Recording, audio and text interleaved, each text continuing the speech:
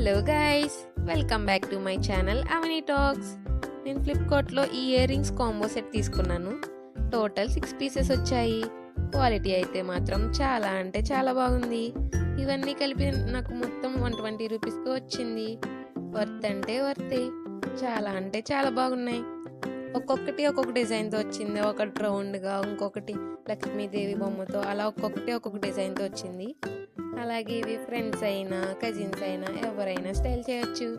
మీకు కూడా నచ్చితే లింక్స్ కోసం కామెంట్ చేయండి.